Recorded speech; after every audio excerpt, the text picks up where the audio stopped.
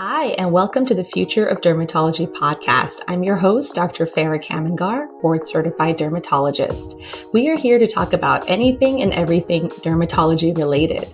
You'll hear from me and my guests who are dermatologists, physicians, experts, scientists, residents, and medical students in the field of dermatology. We publish weekly, so if you like what you hear, hit that subscribe button and show us some love, and thank you for joining us.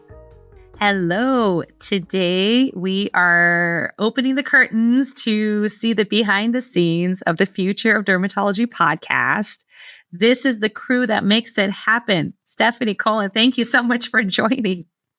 Thank you for having me. It was, as we were talking right before we hit record, it was difficult to not go on mute and turn my camera off. Yeah. I'm so used to that. It's absolutely. So what people don't realize, Steph here is on every podcast episode in the background, making it all happen. So I'm so excited that she joined us today. So, I can go on for days talking about how amazing Steph is, but I'm going to turn it over to her and just tell us about her background. Of course, she is an amazing filmmaker and that's her background. And she's so artistic. And we've been at this for 2 years now, Steph. We started in Napa. Year and a half, maybe 2 years. Year and a half. Yep. So this is where the Future of Dermatology got started. And then since then, we have done everything and we've golfed and all the fun things. But yeah, Steph, tell us about your background a little bit. And then also I really want to ask about we're a nonprofit and you do a lot of work with nonprofit organizations, helping them just bring to light what they're working on. And that's, I think, the majority of what you do. You just received an award for it, which was amazing to see. So tell us about all of that. Thank you. I did. I just received an award called the Philanthropreneur Award of 2024 here in Boise, Idaho, which is where I am located. And I love making movies. I've been doing it, I feel like my entire life, but I really did start on the stage. So I was a stage actor before I stepped behind the camera. I'd say over 15 years ago is when I stepped behind the camera. And yes, most of my work is with nonprofits, and it's not just local nonprofits, although those are the most of my clients are local nonprofits. But like with you, Dr. Farah, your nonprofit is SF Derm, and it's working with and for nonprofits is such a blessing because the nonprofits do so much for our community and so much to enhance people's lives in the different ways. SF Derm is dermatology.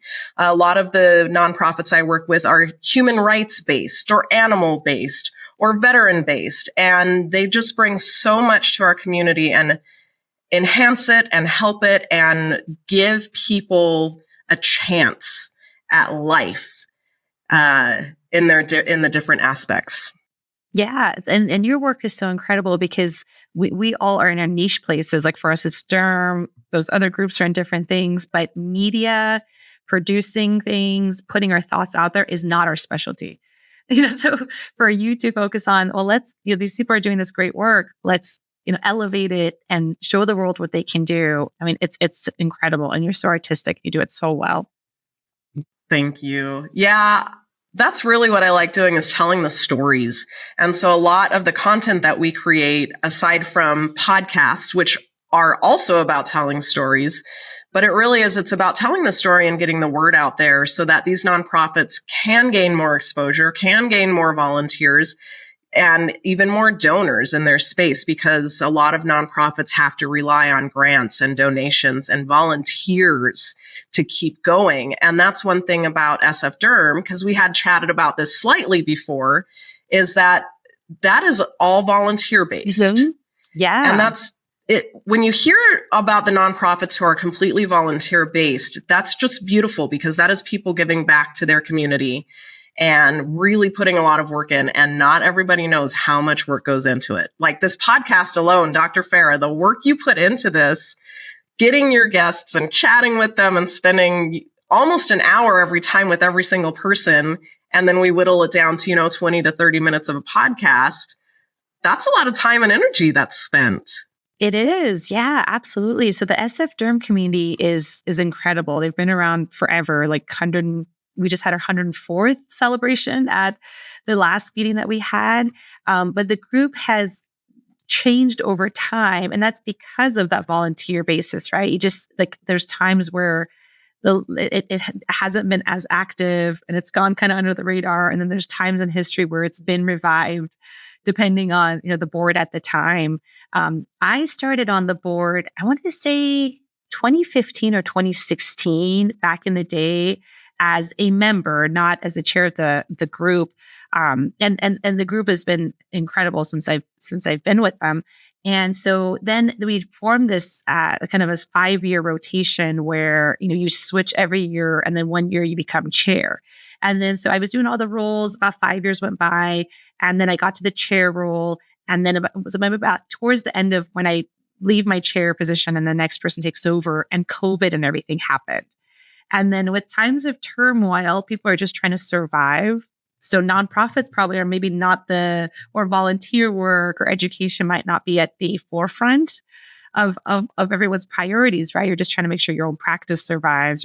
How do you see your patients? Where do you get PPE? So it was a time where the transition just didn't happen because I think it was hard for any other doc to kind of step in. And then I think that was a lot of it, is why I've been doing the chair role for so long, is because as COVID ended up happening. The other thing was that I had started a lot of kind of virtual products before COVID, because I just like doing techie stuff and virtual things. And so we had kind of set up to do virtual conferences, and we wanted to do more of that. We were almost like, do people like that? Is anyone going to come to a virtual conference? And then COVID hit and all conferences closed down like for the year. But we were set up. So we did like a bunch of virtual SF Derm conferences. We had like 80, 100 derms attend each, because usually virtual conferences or webinar, you're like, oh, maybe 20, 30 people will join.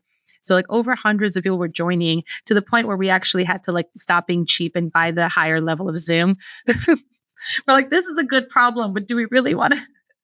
Because otherwise it would have like logged us out. So I think and then what happened with that is we went from our normal, couple of meetings a year to doing these like really cool virtual talks. And the next step was like, why don't we try a giant conference?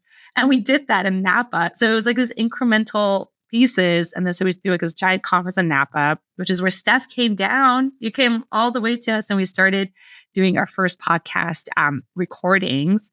And that's just the history of kind of how things went down. And of course, we did the Ritz-Carlton this past year. You've been on all the podcast episodes. You've been on all of our webinars. You've heard like hundreds of hours of dermatology. How is that, Steph? How has that been for you? I don't know if you pre-agreed to this. You've had to listen to a lot of dermatology talks. I have, and it has been so eye-opening, because it's stuff I never knew growing up. I think I may have seen a dermatologist when I was in high school, because you had the kids' acne. And so I may have seen one, but now like it's incredible learning all this stuff. And the way that this podcast is set up is the audience is more doctors than those of us who do need to see a dermatologist if we need to. And like the terms that I'm learning, and what really gets me though is more than that, is the passion that all of you have for your field and your patients. Because every single person that has been on this podcast as a guest has just, you can almost feel it coming through the camera, the way that they talk about their field. And even when I don't understand the terms that are being thrown around, I can tell, I'm like, yeah, that person really, really does care about hair loss. Yeah, it's so true, right? Actually, speaking of, any favorite episodes? I'm putting you on the spot now. Ooh, I know, yes. It's hard to say because as a podcast, it's like they're all your babies, but they are all my favorites. But really, the ones that I truly enjoy are the ones with your med students. And I think it's because I identify with that. When we started this podcast together, I was still in grad school. And granted, it's not dermatology. It was a Master of Communication that I was studying. But I was going through my finals while they were dealing with their finals. And it was really cool to listen to their stories. And even now, as they're going into, and please correct me if I'm wrong, like getting picked to go to their next stage Yeah, they're basically interviewing for derm positions, and then they're going to do this giant match that happens where they get matched to a program. Yeah, it's that one, the match. And we talked to Chandler and Peyton about that, and just listening about how excited they are to move into that.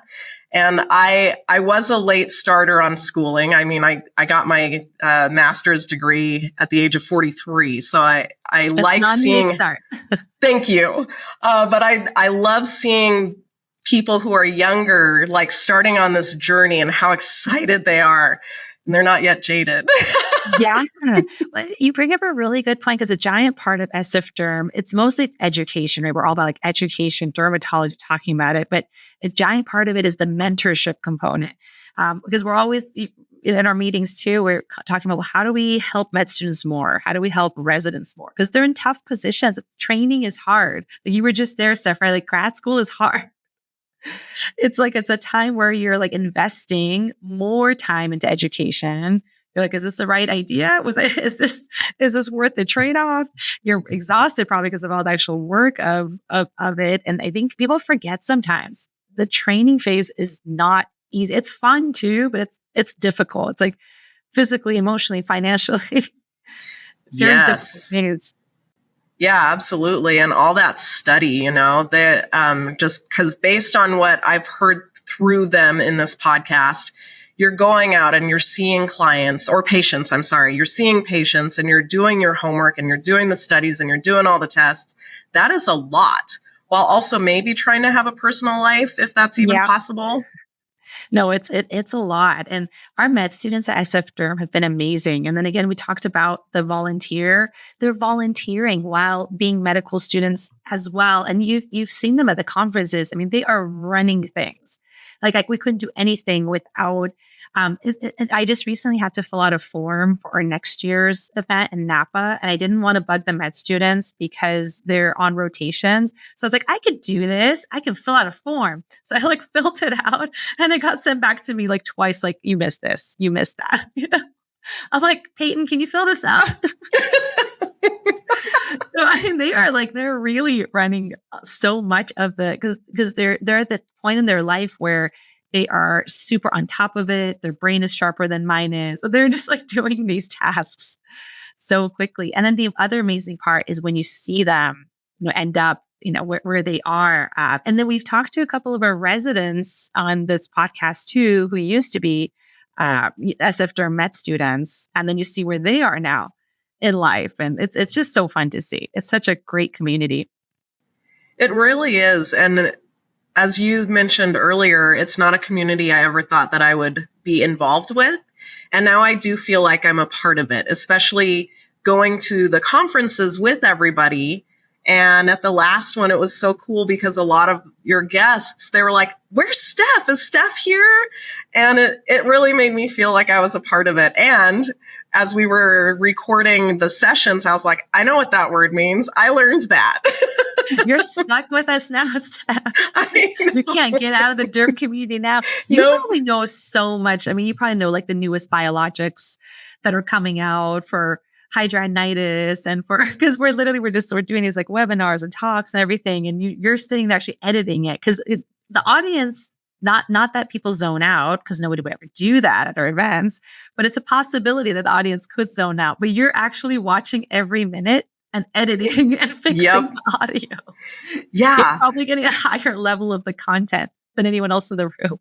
Exactly. Yes, you made such a good point because I watch it first and then I edit it. So I watch these sessions at least twice, if not 3 times, because then I have to make sure we got everything correct on all of that. And so I get 3 times the knowledge. Yeah, because no one else does that. The residents aren't even doing that. Like they, So it's like, that's actually really cool. It is. It's funny as I've even learned. I mean, I always learn from all of our speakers on the podcast. There's been times in clinic where I'm like, what did so-and-so say? And I'll go back to our podcast and I'll rewind it back to the part and I'll be like, oh yeah, that's the dose she said. That's awesome. That's very cool. It's so great. Like our community, we just learned so much from them. So it's been incredible. Now for a quick word from our sponsors. DermPub is the Journal of Innovative Dermatology. We are committed to promoting excellence in dermatologic care through the dissemination of cutting-edge knowledge and fostering collaboration among dermatologists, researchers, and industry professionals. We believe that by sharing innovative ideas and discoveries, we can collectively drive progress and improve patient outcomes. Visit us at dermpub.folion.com. Want to be a sponsor of the Future of Dermatology podcast? We'd love to have your support. Contact thefutureofdermatology@gmail.com to learn more about getting your message in front of our audience. The Future of Dermatology is not just a podcast. It is a community of dermatologists who care deeply about your health. What else have you seen within like the nonprofit groups? I know we're doing our podcast and we try to post on socials very poorly. What are other groups doing, like with media? And I know we've talked about things like documentaries before. And yeah, it really depends on what the goals might be of that nonprofit. So yes, like you said, there are documentaries. You and I have talked about one. Little plug there that we may be working on a documentary. Maybe it's coming. Maybe it's coming. Yeah, maybe. But definitely, but maybe. Yeah. Yes. And I have another nonprofit here in Boise that I'm working with, and we are actively working on a documentary in that we've gone out and done some shooting. And I'm now working on a call to action trailer for that particular one. And what that's going to do is put it in people's minds that we are working on this documentary. And then also we want your feedback of what you're doing in your community as it aligns with what we're about to share in this documentary. So there's one thing. And then other media or forms of media that nonprofits are doing is when they have their galas, their big fundraising galas, that's typically where I come in and create the video for the gala, not of the gala. Sometimes that'll happen where you want a really nice recap. Look at how much fun we had. Look at the great food, the people in attendance. But mostly it's videos that are shown at the gala to help them raise money. And I'll use an example. One of the nonprofits one of my oldest clients is called Learning Lab, and they teach English and provide GEDs to students who may not have had the opportunity previously to get that themselves. And so we go in and I interview some of the students, I interview the volunteers, and we turn it all into a video. They show it at their gala luncheon, and that's what helps them raise money. I watched one day a single donor put in $30,000 for their nonprofit. Wow, your video was good. I know. And I'm like, great. Wow. It's true. I think that points to the incredible nature of media and movies and culture and what it does for us. And one of our goals when we started this podcast, and then definitely documentary coming at some point, I think one of the things that I saw as a trend was that you see lots of cosmetic dermatology on social media and everywhere else. And I do cosmetic dermatology even in my practice, but a lot of other things that we choose medical dermatology. And you don't see as much of that. And people don't necessarily know what dermatologists do. So there's sort of just like the media and narrative is so important. And we struggled with, thinking about how do we do it? Because some of our talks are really, targeted towards physicians and they're so detailed. And there were times where we're like, well, do we step back from the detail and the science? But then I think by leaning into the science and being nerdy is why our podcast has done so well. And some of our most listened to podcasts are the ones where actually we're talking about like genomics and proteomics and the specifics of the science. I agree. I definitely agree with that. Because science is so important. One, my bachelor's degree is a Bachelor of Science in digital cinematography. I am very proud of that. But the science that is being passed around in this podcast, it gives people who are not in the industry it makes you really have to think about stuff and then also recognize I'm not just going in to get my pimples popped. There's something deeper there, and it's really good to hear the words, the scientific words, whether I understand them or not. And then, so I have a question for you, Steph. Having listened to 2 years of dermatology, would you say we do more than pimple popping? Oh, yes. Oh, yeah. Well, and yes, to your point too, that's the thing is people, you hear the term dermatology or dermatologist, and you really do think that it's all about just like the acne and the popping the pimples and that's it. It's so much deeper than that. One of my favorite early talks was, I think it was Dr. Berger about itch. Yes. And yeah, and like phantom itch. And that really stuck with me because he was talking about how, let's say that you cut off your arm for some reason, you have to lose your arm. You'll still feel like a phantom itch here. That's my kitty cat scratches. But you'll still feel a phantom itch in a part of your body that is no longer there. And so hearing about that was fascinating because it is so much more than pimple popping. Well, itch is so fascinating. And we've talked about that a lot on this podcast too. We just talked with Peyton about it as well, because he kind of like suffers from chronic itch as well, which is something we need to figure out for him. Like, we need to get you on a biologic. But it's kind of synonymous to pain, but pain gets a lot of attention, but itch does not. So I don't think people realize and we always joke about the pimple popping and all of that. I don't think people realize the level of pathophysiology or disease that can happen in the skin and the impact it has on people and what dermatologists do on an everyday basis. And itch being like the number one thing we see, and it can drive people crazy if they have areas of itch that we just don't have as controlled. And the other thing with our field, which is very unique, is we have so many targeted therapies. I think dermatologists were one of the first groups to really practice precision medicine in terms of, okay, if you have a disease process, we're not going to just throw this medicine at it that treats everything. We're going to go very specific to a target and treat that as well. Because we've seen so many of our therapeutic talks and all of that too. So, I mean, I think that's hopefully what we're doing with our podcast, is getting these things out there that it's not just pimple popping. There's all this other stuff that we do. Absolutely. Well, and you just reminded me of one of the podcasts, and I cannot remember the doctor at this moment, but it was about the holistic aspect of skin and our bodies and how it's all aligned together. And that was, and our, wellness in our heads, everything. And then that takes me to think about Dr. Kathy Fields, who you've chatted with a couple of times on the podcast, and everything that she says about how much our skin, that's the first thing that people see.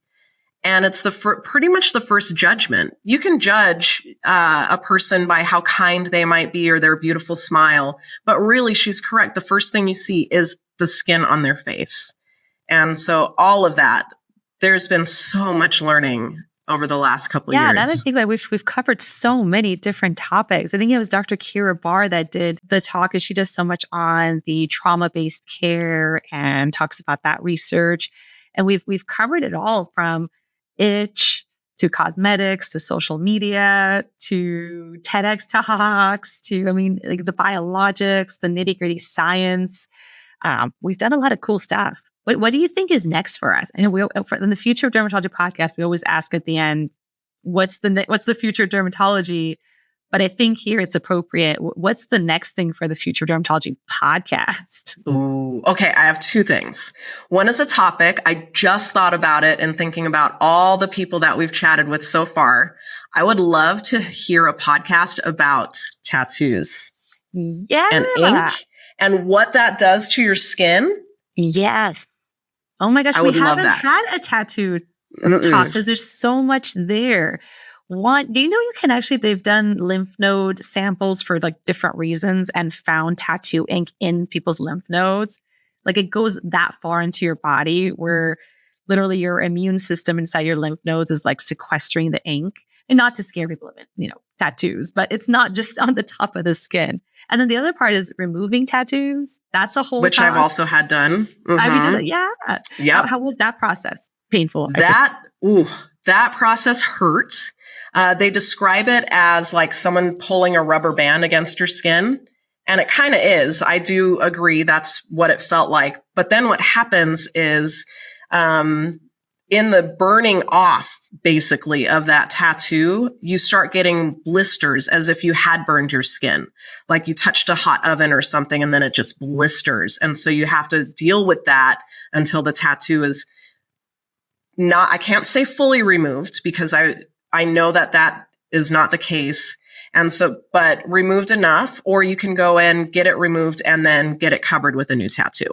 Yeah. No, we should definitely do that. And then there's different colors. Different colors are harder to remove than other colors. So there's so much about tattoos. Yes. And also the ink.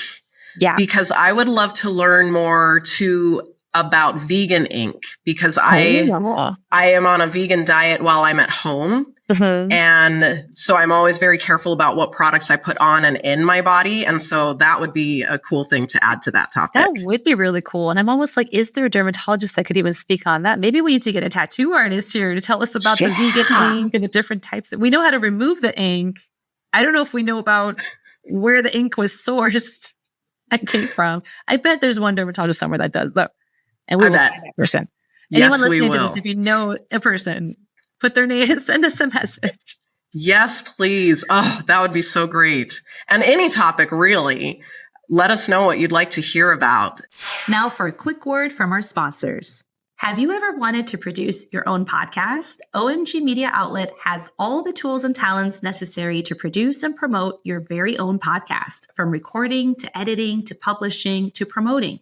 They enable you and your podcast to shine while they do all the work. Contact Steph at omgmediaoutlet.com today to learn more. So that would be a topic on the future of dermatology. And where I see the Future of Dermatology podcast going is I see it growing to where we build you your own space where you can record. Yes. And so you pop into your podcast recording studio and it's already set up to the point where you can push a button instead of, which this is what I admire about you a lot, is that I know that you are at your clinic right now. Yeah. You popped in right after seeing a patient. Yeah. I'm assuming you're going to go see a patient after this. Yeah. And that is amazing. But if we could build you a podcast studio at your clinic or somewhere close where you pop in, do your thing, and then go back to see your patients, that would be pretty cool. Oh my gosh, that would be amazing. Let's do it. That's for our 2025. But you bring a good point too, because I think as physicians, we have so much going on all the time that if you try to start something, because I've seen my other colleagues do this, where they want to start something, but they want to do it to perfection, which is kind of like our personality. And ideally, things would be done right and to perfection and this and that, right? But also, if you just do it, if you're like today, I forgot my AirPods. It's like, really? I brought the mic. I have the laptop.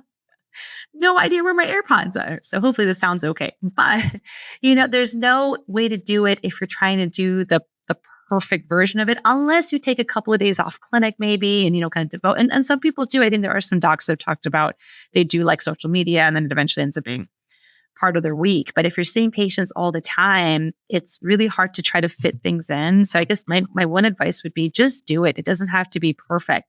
Our thought was also like, oh my gosh, how is it going to go? And then when you're starting something new, and the podcast has been amazing and it's growing. It's one of the things people talk to us most about especially when they come to the conferences. They're like, this is Steph. She does her podcast. So you're a celebrity now, Steph, from conferences. But yeah, I think it's just, you just have to do it. You have to fit it in where you can, because otherwise then you might not ever do it or keep up with it consistently. Yeah, absolutely. You are so right. Because we have started now where most of the recordings happen on Fridays because that's the easiest and best day for you. But if it doesn't work for one of your guests, we're always open to let's try an evening if that's best for you. Or like, for example, today is a Thursday afternoon. This is not Friday. Even though my brain is acting like it's Friday right now. Already. It's Friday somewhere. Wait, is it? It is. I'll have to think that one Thursday. I would say, so I did go to the Philippines earlier this year. It's Friday over there right now. It's Friday in the Philippines. I knew it. There it is. Thank you. Yeah. But yeah, it's all about finding that time and building that time. And even some of your guests have been like that, where they come in and they may be a couple minutes late, and it's because they're in clinic and they just saw a patient. And we always accommodate for that and understand when they say, oh, I have to cancel because we just had a big emergency show up here. And we say, okay, no problem. Yeah, absolutely. Patient care, takes priority. Everyone's kind of busy doing lots of things. And then we're so appreciative when our guests do make the time, or like, this is amazing. And I think that's the other thing about our community. Everyone's just so willing to take the time to share their knowledge with everyone. I think that's the part we've seen that, anyone we've asked, they've been like, yeah, sure, let's do it. When do we schedule? Which has been incredible. I'm excited for our Napa conference too. Speaking of the future, it's coming up pretty soon, June 6th to 8th, 2025 in Napa. The information is on the sfderm.org website. So sign up, anyone listening. But I'm excited actually, because I feel like every year we figure out another cool way to record and get the content. I think we nailed it pretty much from the first year. They went really well. They sounded really good. Like you talked about, we had our first sessions at Napa 2 years ago with Dr. Berger. We had that media panel. That was super cool with Akama Carlson, Dr. Koo, Dr. Armstrong. We had so many great sessions recorded there. And then last year, I feel like we really streamlined it. So I'm excited to see what we do in Napa. But we're going to take it up another notch. I agree. I was actually, I was thinking about that. I think it was either earlier today or yesterday. Okay. Conference is coming up. How are we going to do this? And what can we do to make it different and take it to the next level? Okay, so we're gonna talk about this. Me and Steph are gonna plan, and it's gonna be amazing. Yes. I feel like we come up with really cool stuff. I have some ideas too, Steph. Good. So we'll connect offline about this. Fireworks, is that what you were thinking? I was also is that not what you were? Okay, no fireworks. Her appearance right now looks like it's not. She's not for the indoors fireworks. Not indoors. Okay. I thought we looked at each other and I thought we were in the same thought, but we'll connect offline and it's going to be fireworks level of cool, whatever we do. Yes. Or possibly also fireworks. You know me, I always go for like the over the top extra. And then the rest of the team has to bring it back a notch. And then we land somewhere awesome. Well, say fireworks and get the med students to plan it. Oh my God, they can do it. I could just see Peyton and Chandler out there be like, really? Is this what we're doing? Is this what we have to do? Yep. You know they would do it to perfection. Oh, they would. Oh, they so would. Awesome. Well, thank you so much, Steph. This has been so great. And thank you so much for all the work you do on the back end. I don't think everyone realizes the level of time and dedication it takes to edit, put these up. And they all sound amazing because they've had some episodes where I'm like, oh man, I'm like, that couldn't have possibly sounded good. But whatever you do on the back end, it always sounds amazing. Science. It's the science on the back end. Well, thank you, Steph. And come back more on screen more often. We need to chat about the podcast even more. Yes, I agree. Thank you so much for having me. Thank you. Thank you for listening to the Future of Dermatology podcast. Remember to hit that subscribe button and share the podcast with your friends. The more you share and subscribe, the more we'll be able to grow and share our dermatology knowledge.